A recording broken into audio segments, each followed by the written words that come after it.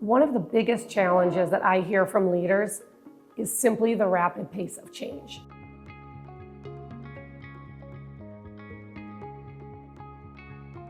So in driving culture, we just see the sheer pace of change. One of the things that I found very helpful is looking at what we can anchor on that remains constant. Anchoring on our core values, who we are as a company, even though we're evolving, can be very helpful to have some stability throughout it all.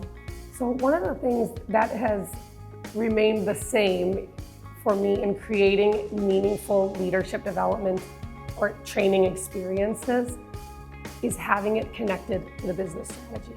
But when that learning can be connected immediately to how is this going to help me perform my job better? How is this going to help my company drive results further? The other thing I would say is, and I think IENYC does such a great job of that, is creating experiential learning. When we get to immerse ourselves in the learning and have those types of experiences, it's also very effective. If you talk to an HR leader at a leading tech company, bank, CPG, we really hear that focus on high performance, driving results, driving growth, no matter what the industry or sector. So from our perspective as HR leaders, we're really equipping leaders with the skills to push their teams to drive that team culture around growth and results. So that would be for the short term, and really connecting any leadership training or development that we do to business strategy. Then for the long term, we're thinking about those skills of the future. Of course, we need to prepare leaders to leverage AI, to be comfortable with the technology, to understand the art of the possible. Most leading companies, for some time now, we've already been really upskilling around AI.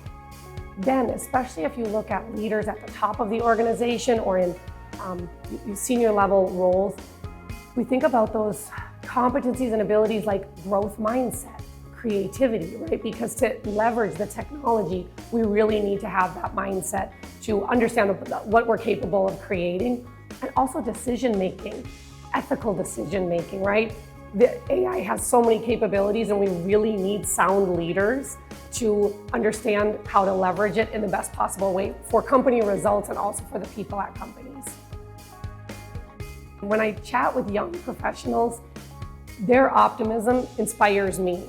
So it's really easy to feel overwhelmed by the pace of change, by all the challenges that we're facing.